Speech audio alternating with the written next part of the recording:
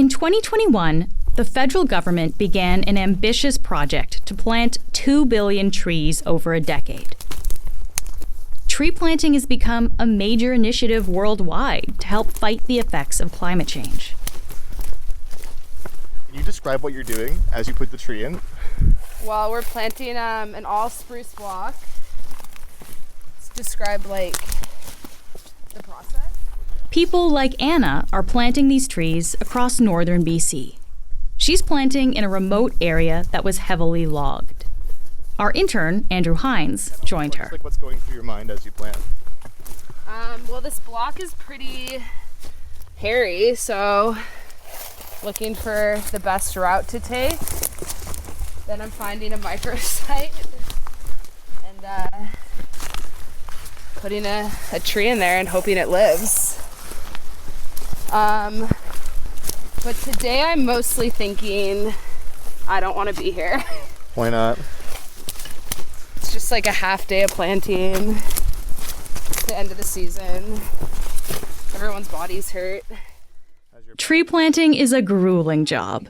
And a couple of years into its 2 billion trees program, the government is learning that it's not doing enough to achieve this goal. Today, the Globe's Matt McClearn is on the show to walk us through the difficulties of the 2 billion trees program, also known as 2BT, and how its success or failure could impact our other pressing climate goals. I'm Menaka Raman-Wilms, and this is The Decibel from the Globe and Mail. All right, thanks, guys. Bye. Come back soon.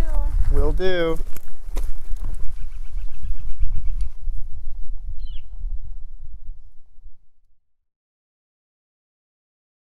Matt, thank you so much for joining me on the podcast. It's a pleasure to be here. So, Matt, to start off, Canada's climate goal is to reduce emissions to 40% below 2005 levels by 2030. So how will this program, this 2 billion tree program, actually help us reach that goal? Well, this was introduced in 2019 by the federal government, and the program was funded in February of 2021, so it's been running for about 2 years now. The objective is to plant 2 billion trees over about a decade. And the main reason for doing this is as part of the federal government's plans to address climate change. Trees take carbon dioxide out of the atmosphere, but there are a bunch of what they call co-benefits that go along with that. It's not just about carbon dioxide removal, but that's the main organizing thrust of it. Okay, well, how achievable are these goals then? Well, we're going to find out. The experiment is being run in real time. 2 billion trees on its face would seem to be an achievable goal, but there's a whole bunch of things that have to happen in order to make that happen. The government is not going out and growing these trees and planting them itself. It's working with a whole bunch of partners, including provinces and territories, landowners, and indigenous groups, and all of these groups have to agree to plant trees, and they have to be motivated to have this succeed. And there also has to be land available to do this. And although planting trees might seem like a great idea, there are other competing uses for that land, and so. It's not clear at this point whether there's enough interested landowners who are prepared to, and this is a cost-sharing agreement too, so the government in most cases is paying, I understand, about half of the cost, but somebody else has to pick up the other cost. So again, they have to have reasons beyond just being given a handout in order to plant these trees, and particularly to preserve and monitor them after the fact to see that they're succeeding. But we must plant trees all the time in Canada, right? Like, what do we plant on a usual year compared to the goals here? It's my understanding that we plant about 600 million trees or so in this country. A lot of that is the forestry that's industry. Annually then? Yes, that's right.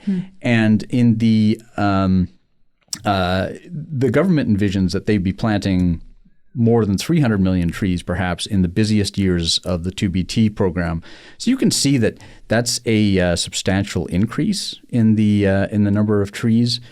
This also raises questions about whether the supply chain of trees in saplings in this country can really accommodate that. And that's a big concern for the success of this project is will we in fact see that supply chain rise to the occasion?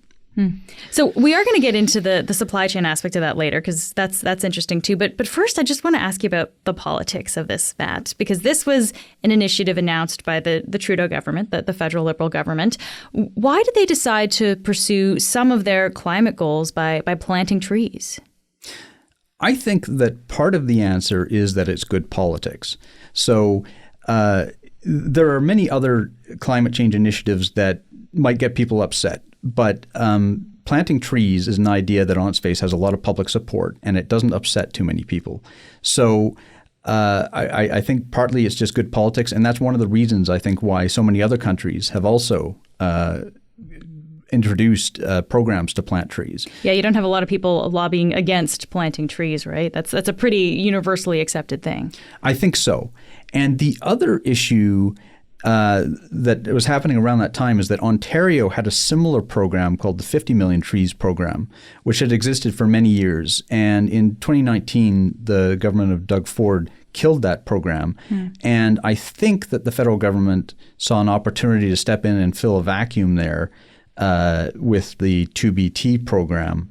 But I think that was part of the rationale. Okay, so we've now been a few years into this program, Matt, and there's actually been an audit looking at how effective it's been, how it's going so far. What did that audit find?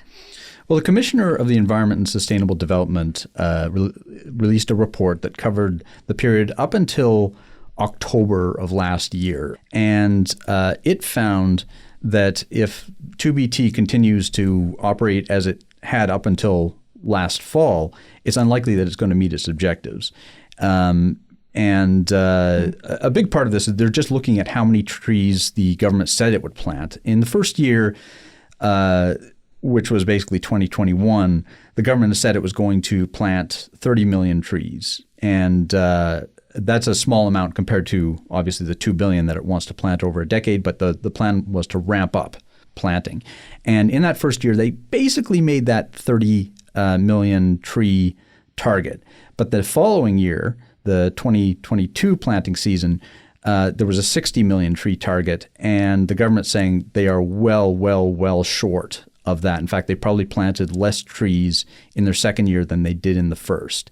And so just looking at raw numbers, the commissioner is saying that it doesn't look good. And the original plan was to be planting more than 250 million trees a year by 2026, which is not that far into the future. So just as a numbers game, it doesn't look good.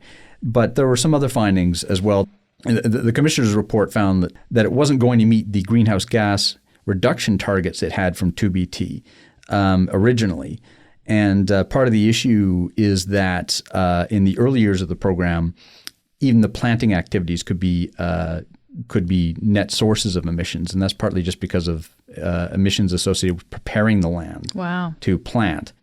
Matt, it seems like the government is having a bit of a hard time planting these trees, getting this program done. And I mean, you'd think it would be maybe one of the easier things, given that this is a country with a well-established forestry sector. We have lots of land. I guess, what does it say about our ability to accomplish other climate initiatives? Well, it's too early to say whether 2BT is going to fail or not. Although I think that planting 2 billion trees is a lot more complicated than some senior federal officials understood when they made the announcement. It's still one of the more, it seems to be one of the lower hanging fruit that we could pursue in achieving our climate goals.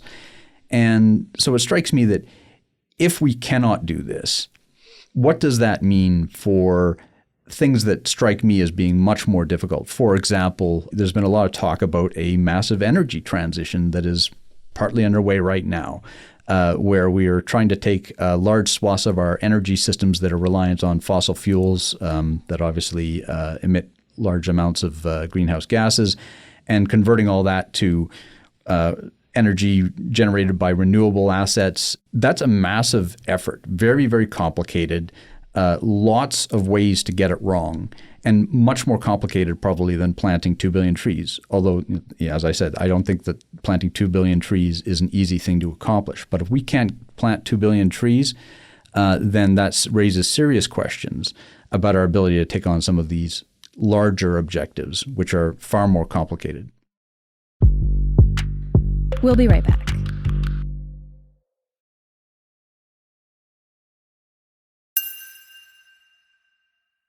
All right, let's talk about how this is actually done, Matt. So, where do these trees come from? Who plants them? I guess what I'm wondering is, what is the tree supply chain, so to speak? What does this actually look like?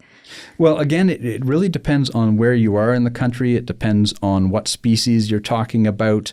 But just generally speaking, if the government wants to increase the number of trees it's planting significantly, then first of all, there have to be people out there who will go out and collect the seeds. All right. Now, seed collectors apparently are a pretty specialized group. Depending on the species, sometimes you don't need a lot of skill for it. But apparently, I understand from some conversations I've had that some seed collectors really need to know what they're doing. They need to have access to land in order to do it. They need to be experienced enough that they can do so efficiently. But then you have to have nurseries that are taking these seeds and growing them into trees that reach a certain level of maturity so they can be planted.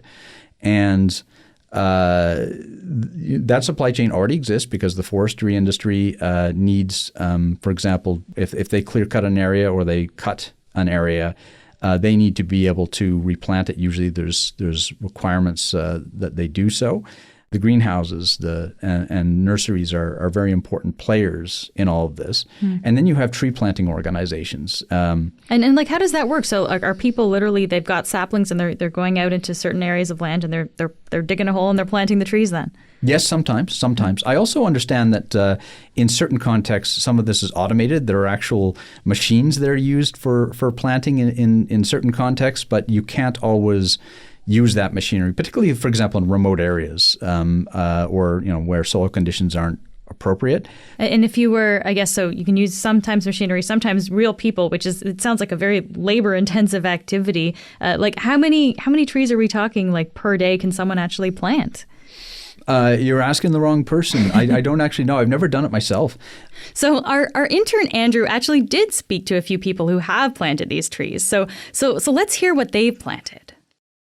The most trees I've planted in a single day. The most trees I've planted in a day. The most trees I've ever planted in a day is 5,100. Is 4,500. Is 5,300. The most trees I've planted in a single day is 5,400. The most trees. The most trees. The most trees I've planted in a single day is 4,460. 3,900. 5,600. 4,200. Is 10,380. I have planted 5,260 trees in one day. Wow. These are big numbers. Okay, so the idea here is that these trees are going to help us meet our climate goals in Canada. So let's actually get into the details of this then. Matt, how effective are forests when it comes to reducing greenhouse gases?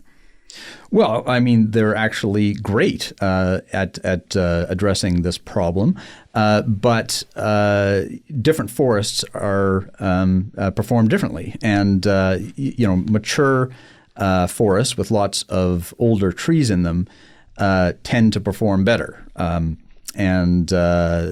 one of the issues here is that we're talking about restoring forests that may have been degraded or destroyed entirely. And so a lot of these saplings that we plant won't be actually sequestering much carbon dioxide in the first many years of their lives. I'm certainly not an arborist or an expert in how much carbon the various species remove from the atmosphere, but certainly a tree that's 40 or 50 years old is going to perform a lot better than a tiny sapling, as you can appreciate. And how long would it take a tiny sapling that was just planted to reach, I guess, maturity or to be big enough that it would actually make a difference in that CO2 sequestering? Really depends on the species, but typically you're looking at a matter of decades before the tree really is sucking a lot of carbon dioxide out of the atmosphere. And of course, when you think about our forests here in Canada, I mean, something that comes up every year around this time is wildfire season, right? A lot of our forests end up burning every year. How does that affect the ability for forests to help reduce greenhouse gases?